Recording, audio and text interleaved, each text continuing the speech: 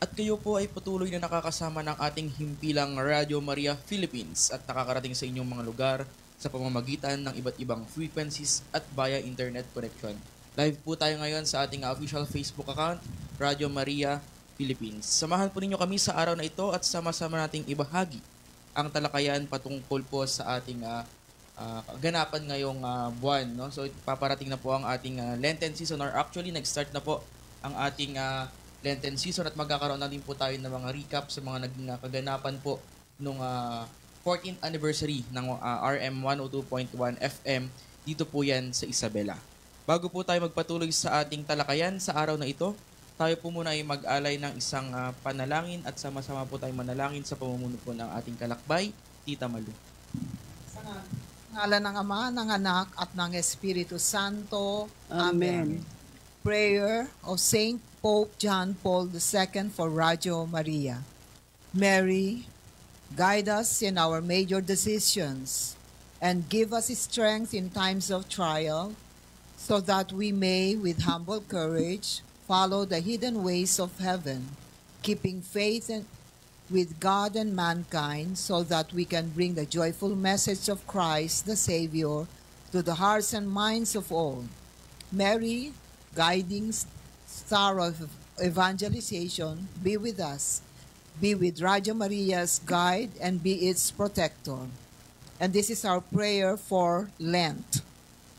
Almighty and everlasting God, mercifully look upon our infirmities and in all our dangers and necessities, stretch forth your right hand to help and defend us through Jesus Christ our Lord, who lives and reigns with you and the Holy Spirit, one God, forever and ever. Amen. Amen. In the name of the Father, and of the Son, and of the Holy Spirit. Amen. Amen. Muli, welcome po sa ating programang Alay kay Maria at magandang araw po sa lahat ng ating mga kalakbay sa iba't ibang lugar na nakikinig po or nakatune in po sa ating himpilang Radio Maria Philippines. Ito po ang Radio Maria 102.1 FM Isabela. At ngayong araw po ay tatalakayin natin yung naging celebration po ng 14th anniversary ng ating Radio Maria 102.1 FM. Dito po yan sa Isabela. At bago po yan, ako po muna si Kalakbay Mark Miranda. At ako rin si Kalakbay Eileen. Ate Malu. Ito rin po si Nanay Letty. At yan, kami po ang inyong mga kasama para po sa araw na ito.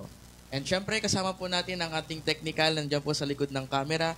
Walang iba kundi si Kalakbay Jonah. Yan.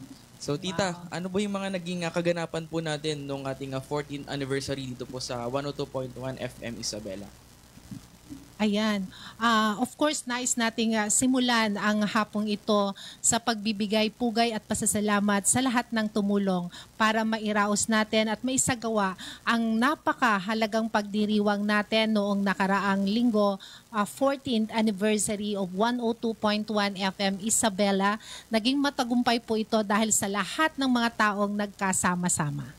Amen. At lalong nabigyan ng success ito sapagkat yung mga taong kahit na maraming activities ay nagawan pa rin natin ng paraan na maipagtulungan para yung 3 araw na celebration natin ay naging matagumpay.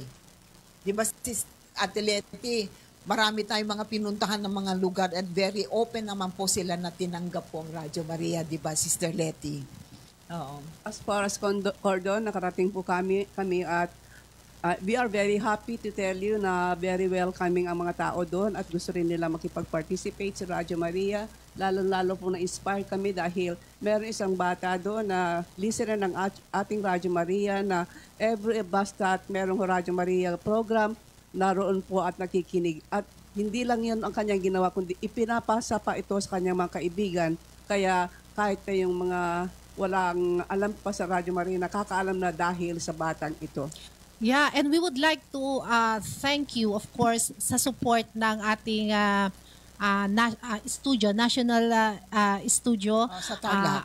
Especially ang ating promoter na nagpunta dito na tumutok sa lahat ng misa ng Saturday and Sunday.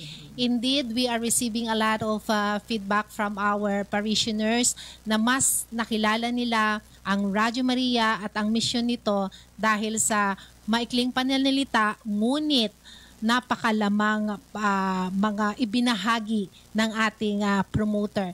So I don't like anymore to mention yung kung saang agency yung nag-feedback at saang organizations ng simbahan, but definitely they able to embrace the missions of Radyo Maria sapagkat napakaganda daw ang talk na naibigay. Yung impact, sister. Yeah. Malakas ang impact. Nagpapasalamat tayo sapagkat kahit na malakas ang ulan, napagtagumpayan natin yung ating motorcade. No? At malaking pasasalamat through ang ating kalakbay ni si Mark Lenz. And then pagdating natin sa simbahan, kahit na ganun naman ang situation ng it's raining, nakahanda naman yung ating mga parish youth ministries, mga members na yan, So, ayun, hanggang sa nailagay na nila ng maayos sa altar ang Queen of Radyo Maria na image, At, ang sa mga taong nag-respond agad after hearing dun sa promotions na tumangkilik ng mga RM calendars, maraming salamat po talagang madami ang pumakyaw. Thanks Sister Dalin for giving your whole time, yourself for the promoting the calendar of Radyo Maria. And of course sa ating CAN na mga nagbigay, thank you so much, talaga naman mga youth, saludo kami sa pagtutok nyo noong ating anniversary para kahit papano magkaroon ng magandang participations ang ating mga manlalakbay nung araw po na yon. So, ngayon nga as Catholic, we are now in the season of Lent. Yan.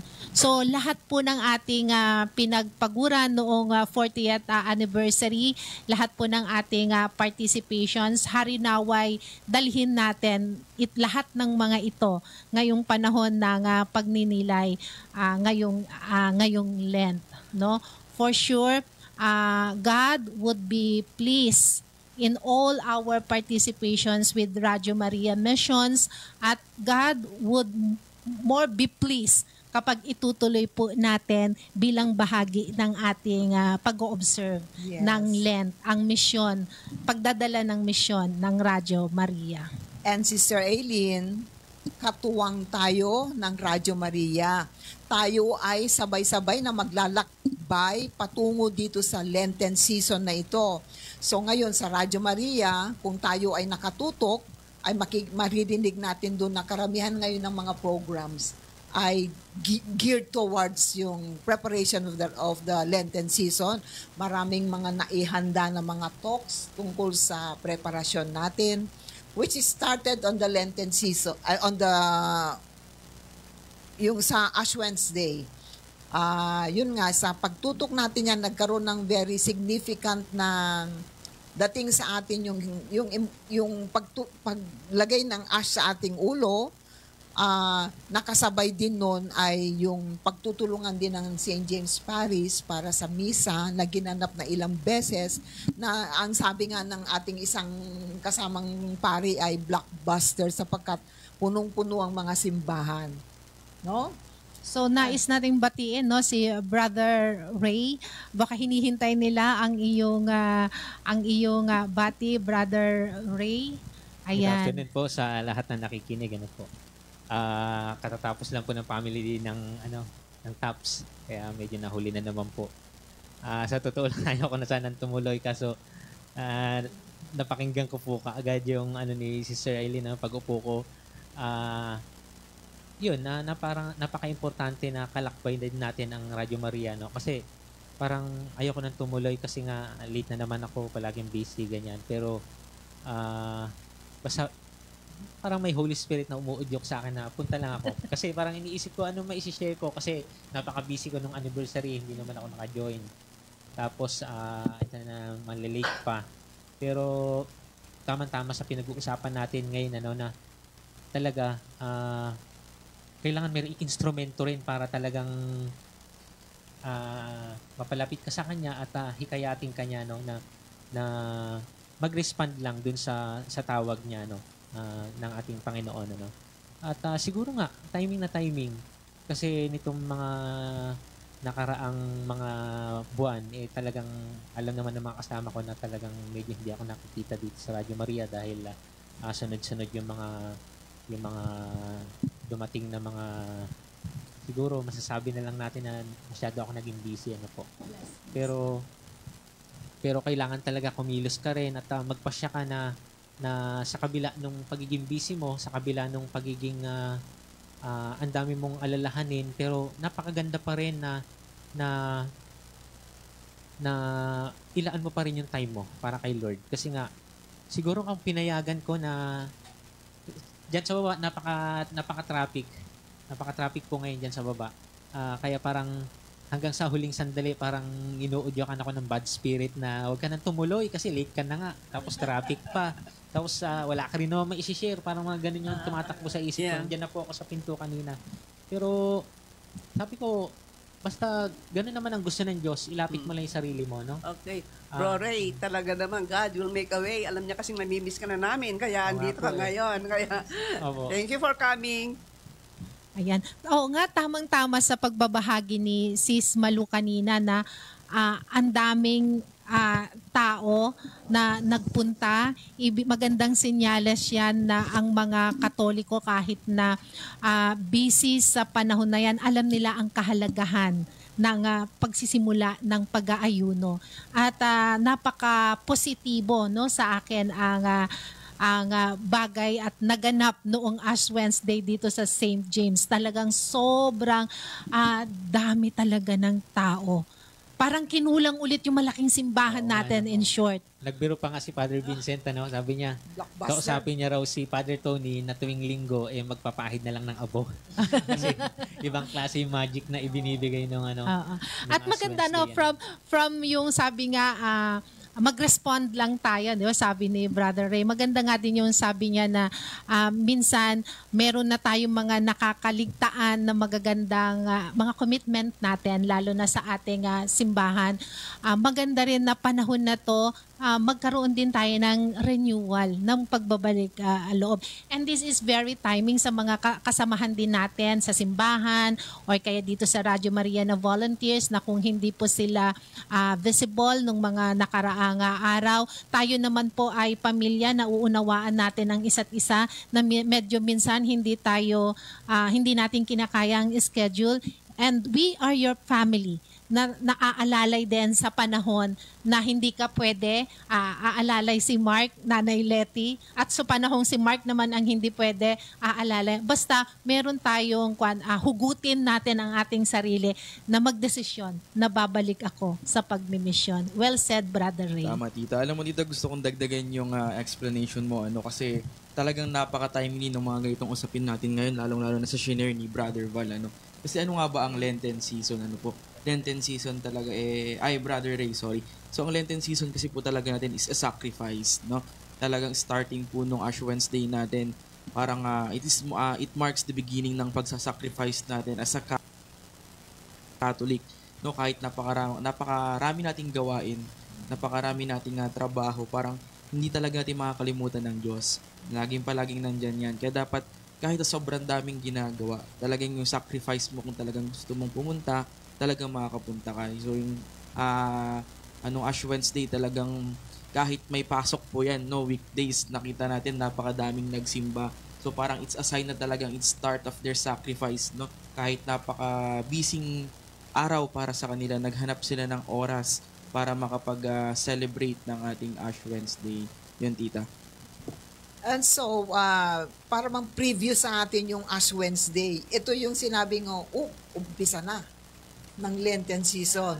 So ngayon, marami sa atin ay very, alam na natin kung ano mga kailangan nating gawin. Una yun yung fasting and abstinence, and prayers, Sa fasting and abstinence, maraming mga examples na binibigay mga tao, may sarili silang pangangatwiran. Pero siguro ating balikan ngayon kung ano naman ang ina-advise sa atin ni Pope Francis, kung paano natin na mapapahalagahan ang espiritu ng Lenten season in the spirit of sacrificing. So, sabi nga daw, say hello. Yung mga hindi mo dating pinapansin ng mga tao, hi, para bang yung kinoconnect mo na sila dun sa sa tao na yon, and it may start or it may be the beginning of a good relationship dun sa tao na yun na matagal mo nang hindi nakikita, di ba sis? No? Kasi kung nag-greet tayo, it's also sign of humility eh. Minsan kasi yung iba, nakakahiyaan nila mag-greet, pumansin. That's why very important na hindi yung kung sino ang mauuna sa pagbati. Kailangan pag Kristiyano tayo, maging way of life natin na pag meron tayong nakakasalamuhan, i-greet na natin kahit hindi tayo greeting. Just say hello. Yan. Ang next natin, thank you. Yes, in a simple way, di ba tita, na batiin mo lang yung mga kasalubong mo, just saying hi, hello, talagang napakalaking impact na to sa isang tao. Thank you. Ang next natin, Nanay Letty, matuto daw tayo to say even thank you. Siyempre naman, kasi malaking bagay ang salitang thank you. Kaya nga, before we start the day, siyempre, the first thing that we have to do is to thank the Lord for a new day, for a new life, for everything that is given to us. Graces at pagpapala na binibigay sa atin ng Diyos. At lalo nating mapapabuti ito kapag nakagawin nating mag-thank you sa kahit na maliliit na bagay na ginagawa sa atin at ng ating kapwa. Nang sa ganun, ma-recognize naman na yung kanilang mga simpleng bagay na ginagawa sa atin ay nabibigyan ng katuturan at dahilan. Or reminds others how much you love them daw. O paano ba ito, Brother Ray? Nag-I love you tayo, no? Pero hindi ko alam kung yung ibang mga parents okay pa to say I love you sa mga anak nila, sa mga magulang naman nila. Yan, no? Sis Malu? Yung uso ngayon sa mga kabataan, yung sign ng love, yung ginagawa nilang gano'n, no? Di ba? O kaya sa mga conversation, sa mga text messages, yung icon na heart, no? Pero para bang mas mafe-feel mo yung sasabihin mo na I love you, sis, no? I love you, sis Letty, gano'n. Di ba, no? Siguro, ibalik natin yung more tangible proof ng showing yung love. Kasi konting tapik. Ganon. Yung power of touch talaga, very important yan, no? So, kailangan talagang makikita mo ang concern isang tao kung halimbawa meron man si dinadala. Basta lagay mo lang ang kamay mo sa balikat na naintindihan na niya ang ibig mong sabihin. That is why very important po ang power of touch, lalo na po sa pamilya, dahil kuminsan ang ating mga kabataan, mga anak, kuminsan ay masyadong abala na kuminsan hindi na natin sila nabibigyan ng power of touch. Kaya kung saan lang sila napapagawi kuminsan, pero iba po talaga ang power of touch. Greeting with joy. Diba? Kanina lang, nung pumasok ka, hello! Kaya diba? Nakakamiss din pag wala si Sis Malu dito kasi bumubungad ka pa lang, bumabati na siya. Ganon, and then listening to others' story. Oo.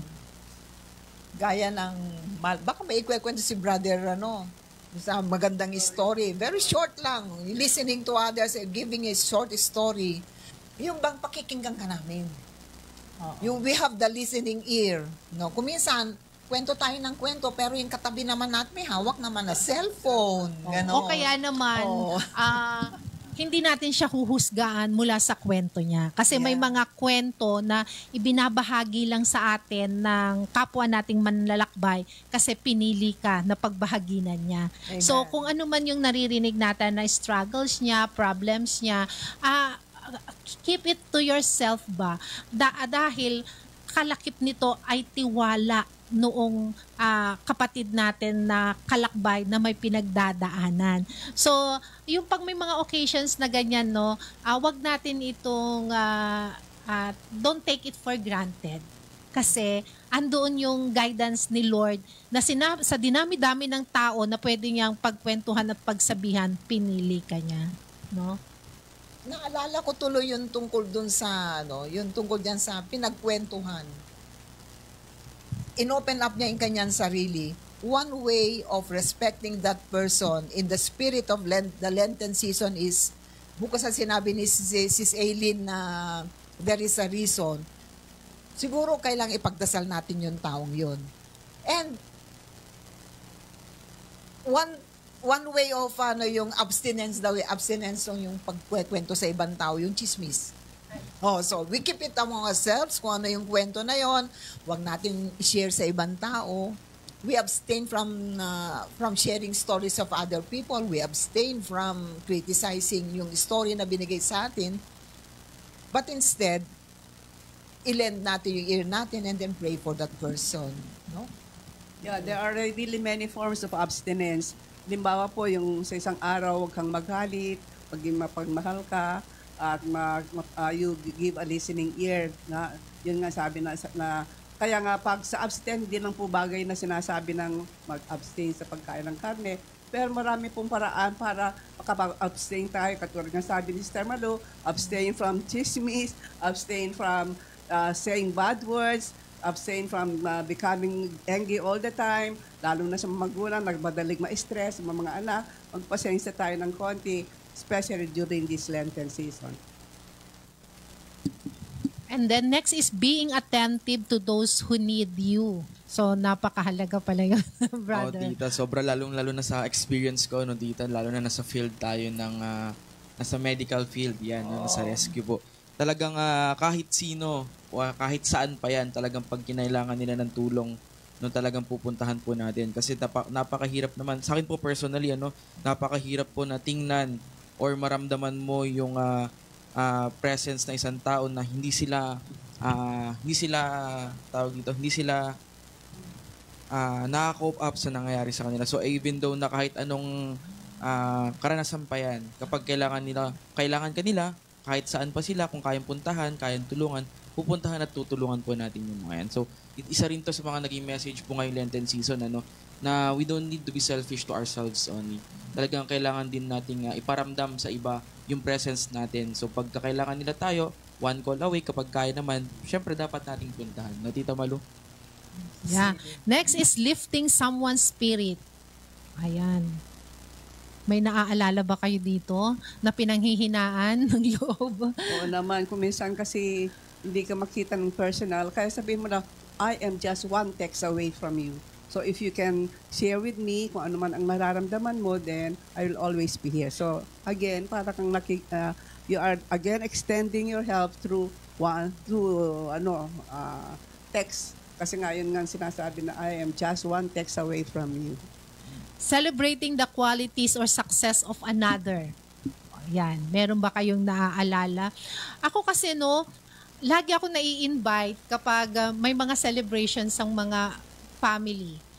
Talagang yung sa family members namin, kasi talagang nakakatuwa na makita sila na nagtatagumpay kung saan man silang field, saan man, kung ano man yung ninanais nila.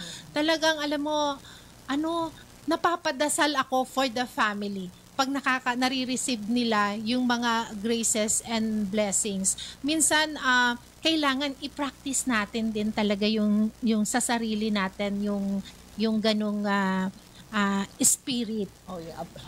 Appreciation of one's success. Lalo na ngayon sa social media, sabi nga nila, mas for all you know, hindi totoo yung pinupost sa social media na mga live celebrations. For all you know, ganito ang nangyayari sa labas ng camera na yan. Pero nakakatuwa talaga na makita ang mga kasama nating mga manlalakbay sa buhay na nagtatagumpay sa buhay. At ganun po yung mararamdaman natin, kung katuwang natin, kalakbay natin ang Diyos sa buhay natin, ano? Pero parang ang uso po kasi ngayon sa mundo, no? Parang yung inggit, no? Parang imbis na matuwa ka dun sa success ng iba, parang kukwestiyonin mo pa, o kaya parang hindi ka pa maniniwala, o parang iismulin mo pa, parang ganun, ano? Kaya nga napaka-importante rin na may connection tayo talaga palagi sa Diyos para malinaw palagi yung isipan natin, malinis yung pananaw natin sa buhay, na pagka may mga nagtatagumpay, di ba dapat natutuwa din tayo na doon nakikita natin yung biyaya ng Diyos, na lahat tayo pwede niyang i-bless, ano? Napakalawak ng pagmamahal ng Diyos, ng biyaya ng Diyos, napakayaman ng Diyos natin, na lahat tayo gusto niyang palaguhin at pagandahin ang kabuhayan, 'di ba? Kung ano man yung field na naging successful tayo, 'di ba?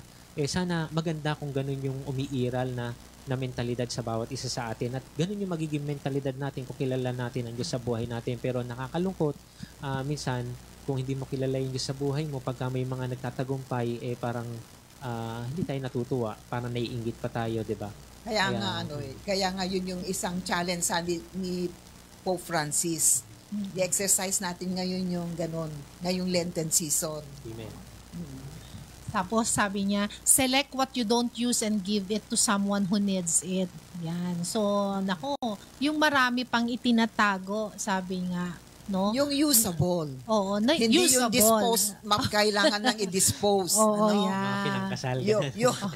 Yung mapapakinabangan pa ng maayos. Oo. Diba? Oo. I-share ko lang, victim din ako niyan. Kasi yung mga pinangbinyag nung mga anak ko, na yung mga uso pa naman ng mga Superman, mga ganyan, na yun, sinuot lang naman nila noong sila'y nagbinyag. Tinatago ko pa pala. Superman, ano ba yung mga iba't ibang character, may 3 character. Oo, di ba yun? Medyo may din, party. Mga Ngayon, superhero, ganun. mga superhero. Sabi ko nung tinignan ko, natuwa ako kasi kasama ko doon sa isang grupo na nanganak yung anak niya. Tuwang-tuwa ako. Sabi ko noong nagbinyag yung anak ko, hindi pa uso masyado ang mga cellphone kako. Ibigay ko na to lahat sa'yo at i-cellphone mo na, isuot-suot niyan. Kako sabi ko, naitago mo po pala. Naitago ko, buti na lang, nai-release ko na. Kaya kung pwede pa yung mga usable na pwede nating ibigay na po natin. Sabi nga, para may space pa yung iba pang darating sa atin. Because if we will be keeping all those old clothes or kung anumang mga old yan, walang space para sa mga darating. So, ipamigay na po natin, no? Kung kailangan nyo po ng lugar, avenue para ipamigay lahat ng mga yan, nandito po naman ang Radyo Maria. Tignan po natin kung anong magagawa natin para mai-channel natin sa simbahan yung mga maibibigay ninyo. Okay? Help when needed so that another can rest. Ayan. Help when needed so that another can rest. Kung medyo may alam naman, sige, yung example mo kanina, halimbawa yan, nung hindi pumwede si Brother Val, dumating itong si Brother Mark Lenz, So, doon mo makikita na may pinapadala ang Panginoon, and then so that others will also have that time na kung naging very busy. Kagaya nung naging very busy si Brother Ray, napunuan ng iba, hindi natin kayang pwede sabihin, pumunta ka, kahit anong ginagawa, pumunta ka. There is always a time ng space para sa isang tao na that God allows na yun muna i-attend niya, sapagkat merong naman yung ibang mga tao who are available, no? Okay. But of course, Val is different from Mark. Kasi magkaiba sila ng pangalan. So, okay. Val, kung nakikinig ka, hinihintay ka namin sa Radyo Maria. Yes, correct with love. Don't keep quiet out of fear. Sabi niya. Correct with love. Minsan kasi parang napakahirap mag-correct ng mararamdaman niya na ito ay kino-correct mo siya dahil mahal mo siya. Especially yung mga kabataan ngayon na very rebellious ang kanilang no, parang correct with the with love, parang yes, Correct Brad. with love.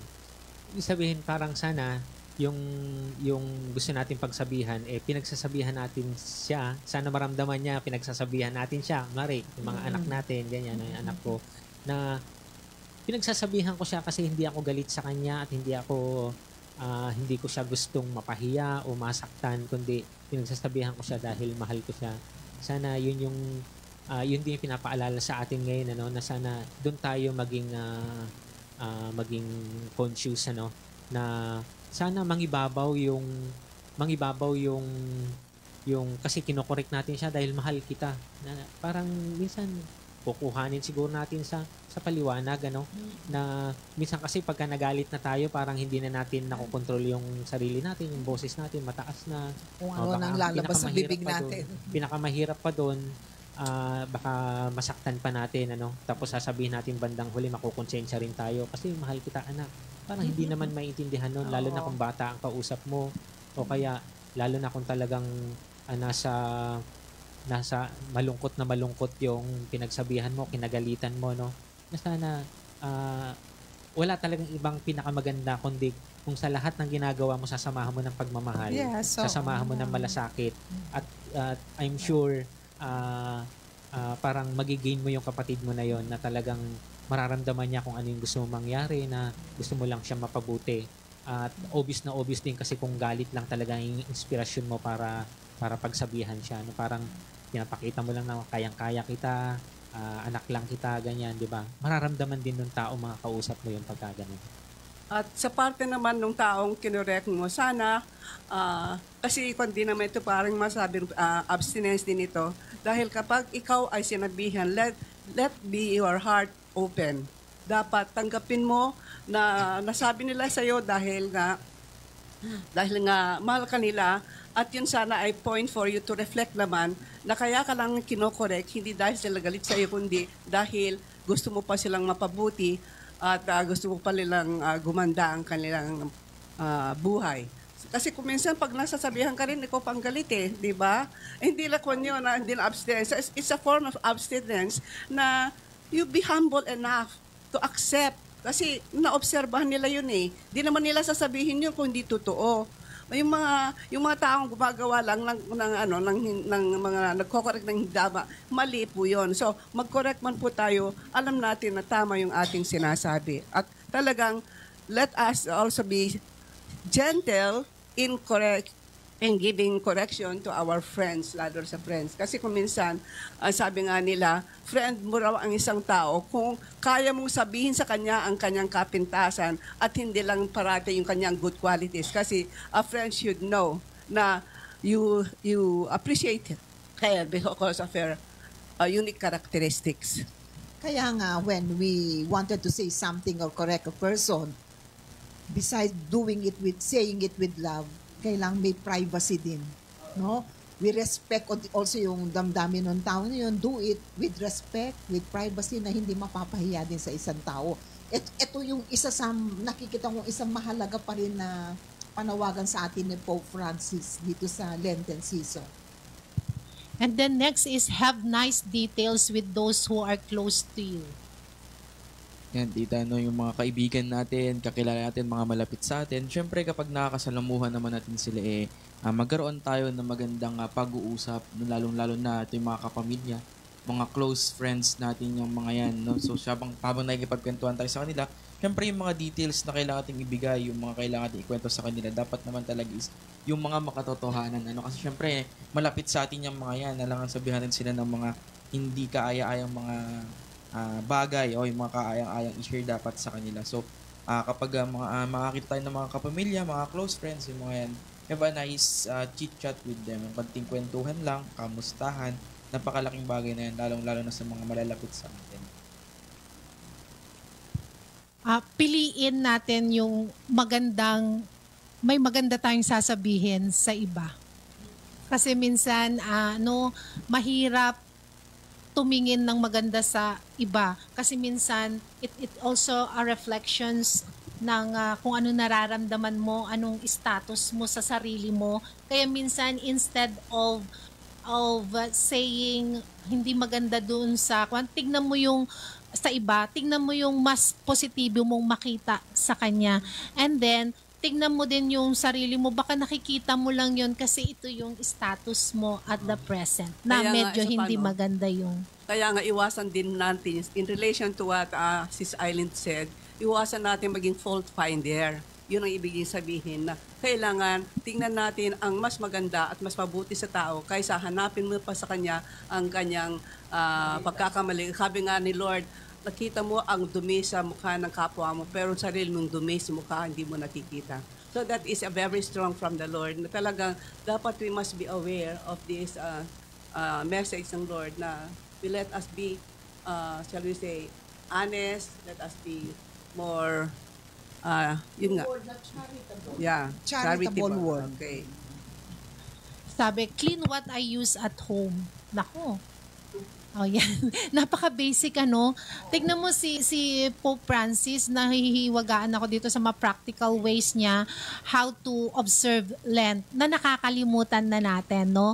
Minsan talaga ginagamit natin sa bahay, iba ang nag-aayos, kaya kailangan, no, we have to learn na linisin kung ano man yung mga ginagamit natin. O dito lang sa studio kung ano yung ginagamit natin. Ako sila Sis Malu, laging tumitingin yan kung ano ang pwedeng gawin dito sa studio natin dahil nga ito nga is place nating lahat. Help others overcome obstacles. Huwag tayong magdagdag ng pasanin ng iba. Imbes na makatulong, lalong pag-aanin, no? Pag-aanin ang nararamdaman ng iba. Sa madaling sabi, sana sa mga bagay-bagay, minsan parang uso kasi sa atin, ano? Pagka may napapahamak na nga, nadidiliman na nga, tapos iba pa i-advise natin, ganun, parang lalo pang hindi makakatulong, ano? Hindi makakaahon. Hindi makakaahon, oo. Ang katwiran ko po dyan, kung di ka naman makatulong, tumahimik ka na lang. Minsan kasi parang salita pa tayo ng salita, hindi natin alam, lalo pang napapasama yung sitwasyon, ano? Pero, yun na nga, kung kalakbay mo dyan sa buhay mo, di ba? Kagaya ngayon Lente, maging aware tayo palagi sa mga ganong sitwasyon na sana palagi nating iniisip lang, tinitingnan kung ano yung pwede nating maibigay, kung ano yung pwede nating maitulong, di ba? At sana madagdagan yung pangunawa natin sa mga bagay-bagay, di ba? At yung malasakit natin sa ating kapwa. Para sa akin, yun talagang tunay na diwa ng pagsasakripisyo. Tignan mo tong last niya, oh. Call your parents if you are fortunate enough to have them. Kung ano mang estado ng pinagdaraan natin, nasa glorious, nasa joyful, nasa sorrowful man tayo, nasa luminous po man tayo, napakahalaga. Yes. Kasama natin, isama natin anumang stage naroon tayo ang ating mga magulang. Kung ang mga magulang man natin medyo may katandaan na, not necessarily na-stress sila, but i-enjoy yung presence nila to be with them. Correct. That's something, di ba? Hihiga ka lang sa tabi niya kung may problema. Ganun ginagawa ko sa mother ko noon, hihiga lang ako sa kama niya, ganyan. Alam niya na may problema ako. Pero pag nakatabi na ako sa kanya, wala man siyang sinasabi, ganun. Basta nararamdaman ko, nawawala na yung bigat. So talagang kakaiba, kaya hinihikayat talaga tayo ni Pope kasi mga spiritual parents naman natin, yung mga parents natin. So sana habang nafe-feel natin yung presence nila, nafe-feel natin ang Inang Maria. Amen. Sino pa ba naman ang talagang magmamalasakit sa kanyang mga anak kundi ang mga magulang, di ba? Kaya nga ako po naniniwala rin ako diyan, ano.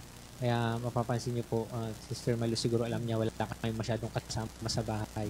Kasi nga, niniwala ako na obligasyon ko yun bilang ama at obligasyon namin bilang mga anak.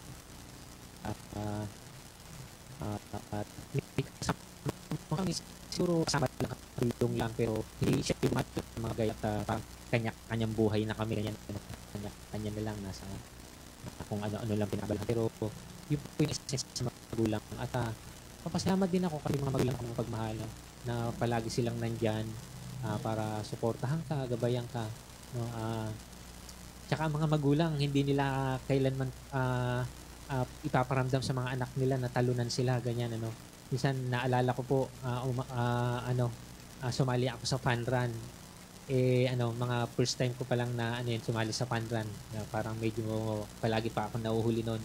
Pero yung nanay ko, parang meron kasing isang mabagal din na nakakasabayan namin. Parang kung paano niya i-uplift yung spirit ko na okay lang yun anak, di bali nandiyan pa sa likod mo si ganito, yung si ganitong runner, ganyan. Ibig sabihin second to the last na ako, pero pinapalakas niya pa rin yung loob ko para matapos ko yung fun run na yon. Kaya doon ko nakita yung kalinga ng nanay, ng tatay, ng mga magulang na palaging nandyan, palaging tatanong ko kailangan mo kung may problema ka, na andyan lang sila palagi. Kaya nga yun din siguro yung pinapaalala ni Pope Francis sa atin na wag natin sayangin yung pribilehyo na yon, na nandiyan yung mga magulang natin para palagi tayong suportahan at wala silang ibang iisipin kundi yung magagandang bagay lang para sa mga anak nila. Kaya nga, stay connected with your parents while they are still alive, no? Fortunate yung ibang mga magulang na nandun sa paligid nila yung kanilang mga anak. But fortunate din yung mga magulang na their children are trying very hard to connect with their parents kasi andyan naman na lahat ng social media way, ang internet. They can have their call, ganon, mangumusta, ganon, kwentuhan, ganon. And alam mo ba na ang ganda-ganda ng yesterday kasi wedding anniversary ng parents namin na pareho na silang wala. We have very good memories of our parents, hindi na natin kayang ibalik yung time na yon. Kaya nga, kuminsan yung pagkukulang ng mga anak to connect with parents, we are the ones filling up dun sa gap na yon. Gawan natin ang paraan tayong mga magulang kasi hindi, yung word na noon at ngayon ay talagang magkaiba na.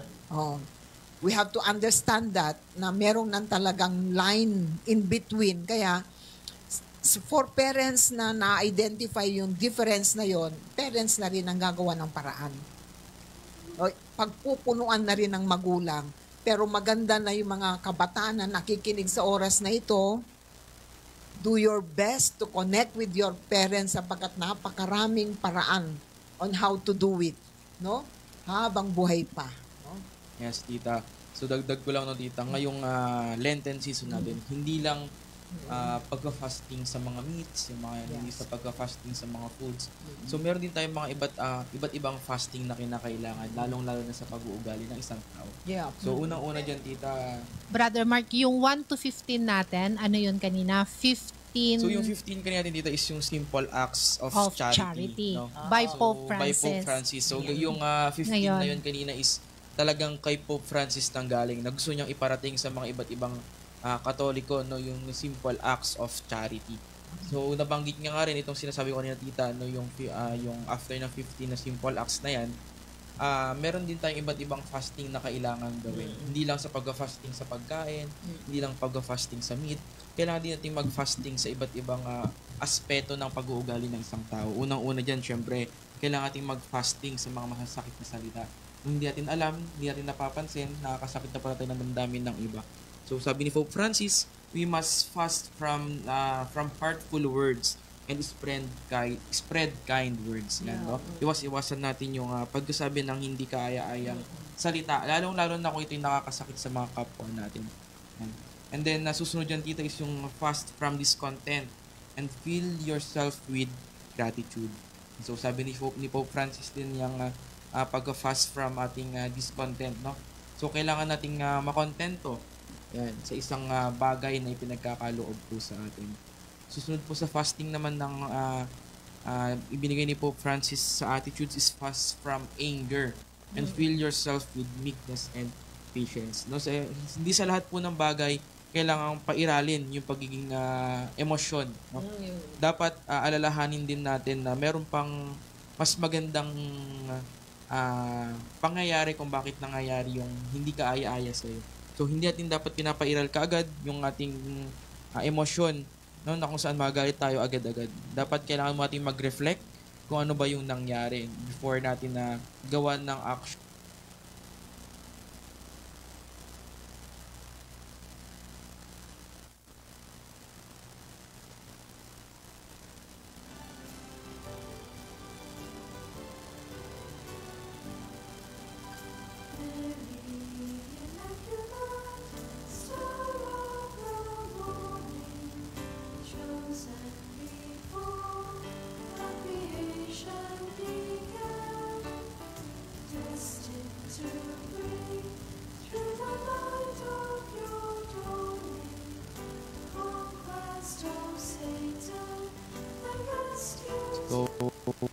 yung tatlong fast na pinaka-important ngayon sa mga Lenten season. Yes. Kung si Jesus nakapag-sacrifice ng 40 days, lalong-lalo na sa desyerto, napakainit na lugar, paano pa kaya tayo, di ba, na napakagandang buhay? Hindi ba natin ito ma-apply sa ating sarili?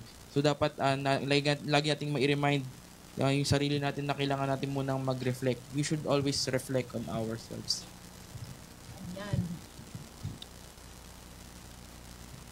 Ayan. We have been talking about yung fasting. Oo nga. So, ibibigay ni Sis Malu yung 5 ways to observe Lent. And of course, idagdag ko lang to complete yung pessimism, yung pagiging negative, yung sobrang pag-worry natin. Ito yung masyado nating pagko-complain sa buhay, yung masyado fast from pressures na masyado na. Kasi iba ang nararamdaman ng katawan natin if we have so much pressures inside. Sadness, malulungkutin, dapat ang buhay ng Kristiyano ay masayang tunay, yung selfishness, and of course, unforgiveness, and then fast from words and fill yourself with silence and listening to others. Napakahalaga po yung fast from unforgiveness. Ang kwan po sa atin, panawagan, magpatawad po tayo, especially this Lenten season. Ang haba naging topic natin sa fasting, which is very, very helpful, kasi fasting is emptying ourselves in so many things, kagaya lahat ng mga examples na ng pag-usapan natin. But preparation to Lent is not only through fasting. So, we are also encouraged na i-increase yung ating prayer life. Actually, how can you fast kung hindi ka nagpre-pray? Kasi hindi mo kakayanin ng fasting kung hindi mo pinagdasal. Kasi hingi tayo ng tulong sa Diyos para tulungan tayo makapag-fast in so many things. Kasi ang dami ng fasting na yan para bang hindi ka nalang gagalaw, para hindi ka magkamali. Pero hingi tayo ng prayers sa ating Panginoon, tulungan tayo sa fasting na yan. So, i-increase natin yung prayer life natin. Agree ako sa sinabi mo, sis, no? Talagang kailangan yung fasting na ganyan kailangan natin. Kasi nga kanina naisip ko lang na yung pagpapatawad, no? Di ba mahirap magpatawad kung minsan? Kaya kailangan ang prayer. Kailangan patulong tayo sa Panginoon na bigyan tayo ng forgiving heart para magpatawad. This is experience ko po ito kasi nagkaroon ako ng sad experience na ang hirap po magpatawad kasi ako po ang taong hindi nananakit ng sa damdamin ng iba. Kaya ang gusto ko rin, huwag saktan ang damdamin ko. Kaya kapag sinaktan mo ako kahit hindi na tayo magkita, yun ang masamang ugali ko. Kaya ngayon, dahil there is a happening na may isang retreat and I prayed for that, Lord give me a forgiving heart, sabi ko ganon. Then on that Sunday when I went to church, nasalubong ko yung taong galit na galit ako. Hindi ko namalayan with the Holy Spirit strength, no? Nilapitan ko yung auntie ko na yon, nag-bless ako, nagulat pa ako, bakit? Ano nangyari? So you see what happened? Talagang you really have to pray for that grace of forgiveness para makapagpatawad tayo dahil tao po tayo na talagang mahirap magpatawad. And so, meron din tayong sa spirit ng ating Lenten season kailangan nating magsimba, no? Hindi lang Ash Wednesday na punong-puno yung simbahan, kagaya nga na naikwento ni Brother Ray. Kasi talagang sabi nga nung celebrant nung araw na yun grabe ang dami ng tao, di ba? Oo, blockbuster nga, ganon. Pero actually, it's just a joke, but talaga kailangan nating magsimba. So, nag-start na yung first Friday of the month. Meron yung first Saturday of the month, ganon. Sumama tayo dito sa mga misa nito kasi it will help us tone tayo. It is also a way of sacrifice. Yung makakakuha tayo ng inspiration sa mga homily ng mga pari. Unti-unti tayong malilinisan sa bawat misa na where we are attending. And then, kasama dito sa celebration ng Lenten season nito yung mga ginaganap na mga way of the cross. No? So, every day, kagaya niyan sa St. James Parish, every 4 o'clock in the afternoon, bago yung misa, merong way of the cross. And meron din Way of the Cross, na yung daan ng krus ng Radyo Maria, na meron din tayong schedule dyan. Anyway. So ngayon, almsgiving. O, di ba? How can we help? Lalo na yung pangangailangan ng Radyo Maria, siguro isama natin sa sacrifice natin ito na tumulong tayo, i-sacrifice natin yung gustong-gusto natin bumili ng mga masasarap na pagkain, magkape dyan na napakamahal, siguro i-sacrifice natin sa Lenten season na ito. Instead, nagagastos tayo dyan sa mga katawang pangangailangan natin, nandito ang mga coin banks, lagyan natin ng karga ito. Gustong-gusto natin magkape ng masarap. Ilagay natin 200 pesos natin dito. Kamahal-mahal na 200 pesos. Ilagay na lang natin, makakatulong pa ito para sa sa needs ng Radyo Maria. Diba? No? And going to confession.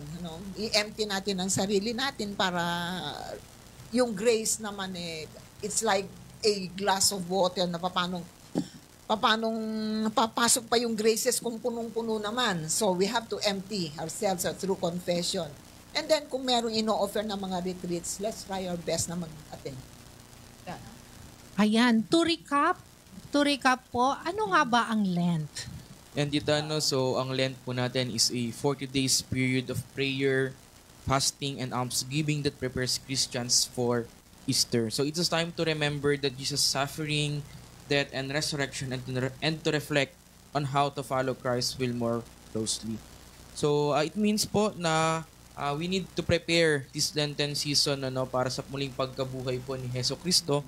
And then repentance. So Lent is a time to repent for sins. Yan, gaya ng nasabi ni Tita kanina, we must go confession para kahit paano naman is mabawasan yung mga kasalanan na nakomit natin. So paano nga magpapasok yung grace sa atin kung gano'n naman yung kasalanan na nasa loob. So we need to attend confession para kahit paano naman is mabawasan yung mga kasalanan natin nagawa. And then lastly is renewal. We must renew our faith. We must renew our connection with God. So umattend po tayo ng Holy Masses, yung mga yan. And we need always to pray yan. Hindi po mawawala ang pagdarasal palagi. So paano nga po ba yan? We must go to churches, yung mga malapit pong simbahan. Church visitation, yung Yes. 7 na. Yung bisita iglesia. Sana naman yung grupo natin magkaroon tayo ng bisita iglesia. Kasi wala pang ilang taon na tayo, 14 years, pero hindi pa tayo nagbisita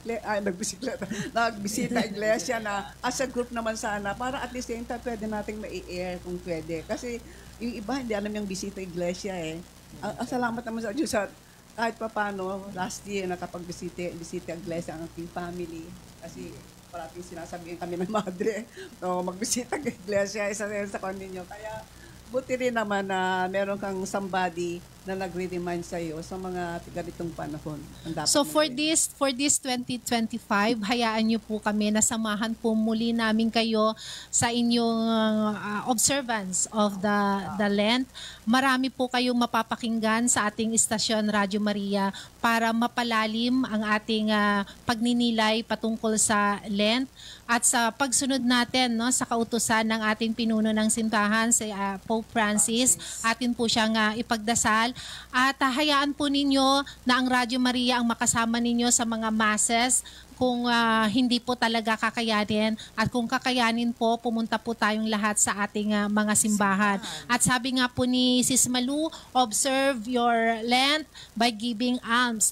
Dahil po sa ating pagmimisyon, marami pong nababago ang buhay, maraming may mga sakit na nakakapakinig na spiritually gumagaling, mga kalakbay natin na nanghihina, but through our missions in Radyo Maria at sa patuloy niyong pagbibigay, sila po ang nagbe-benefit ng lahat ng ito para sa ating kawang gawa. So please give your share to Radyo Maria. I-include nyo po ang Radyo Maria sa inyong almsgiving for this year 2025. Maraming pong retreat ang mapapakinggan dito sa Radyo Maria na kaabang-abang sapagkat ibibigay po ito ng mga kilalang pari sa iba't ibang mga parokya. So sana po antabayanan ninyo at yung mga activities ng ilo-launch ng Radyo Maria, number 1 na po dito ang Daan na Cruz. And So meron tayong schedule ng Daan ng Cruz sa lugar natin sa March 23, 24, March 22, 24, and 26. Okay. Abangan na lang natin kung saan magaganap ito. Yan, Ayan. opo. So, Sige. abangan po ninyo. Na-miss po natin si Sister Ninya. Nagpaalam. Isama po natin siya.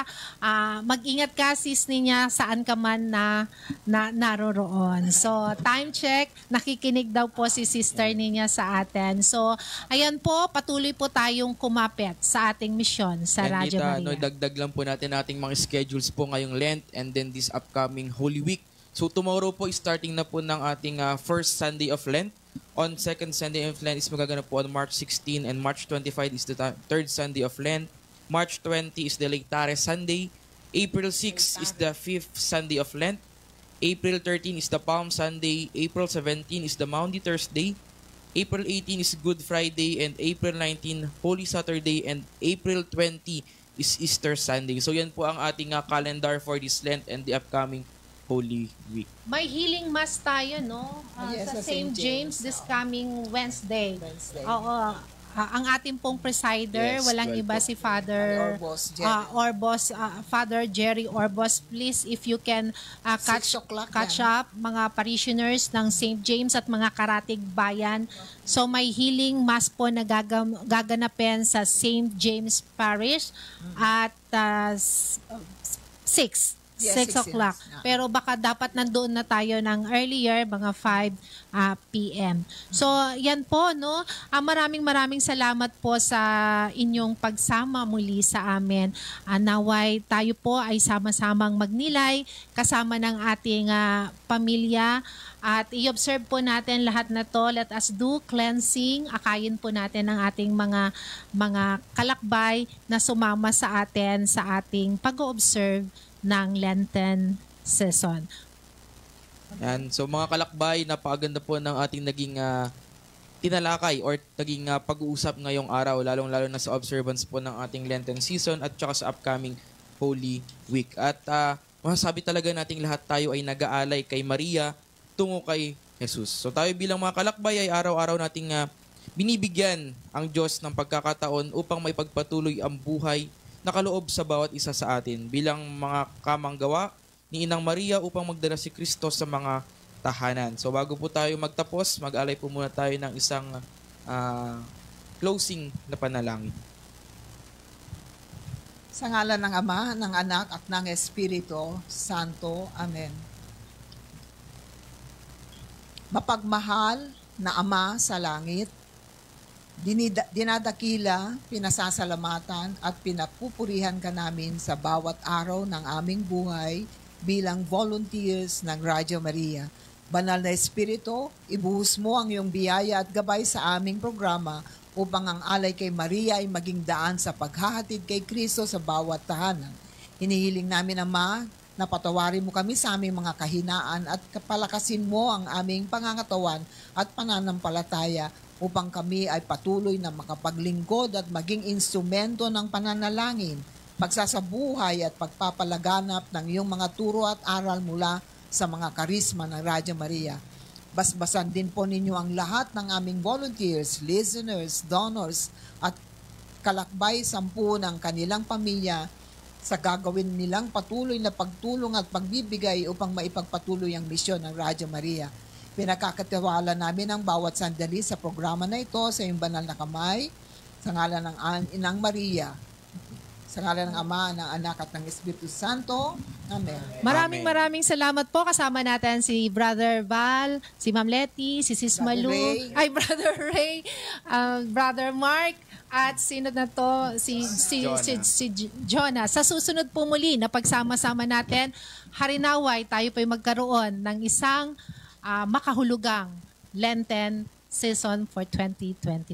Yan. Maraming salamat po. Muli ito po ang Radyo Maria Philippines, bringing Christ into your home. Love your mighty protection.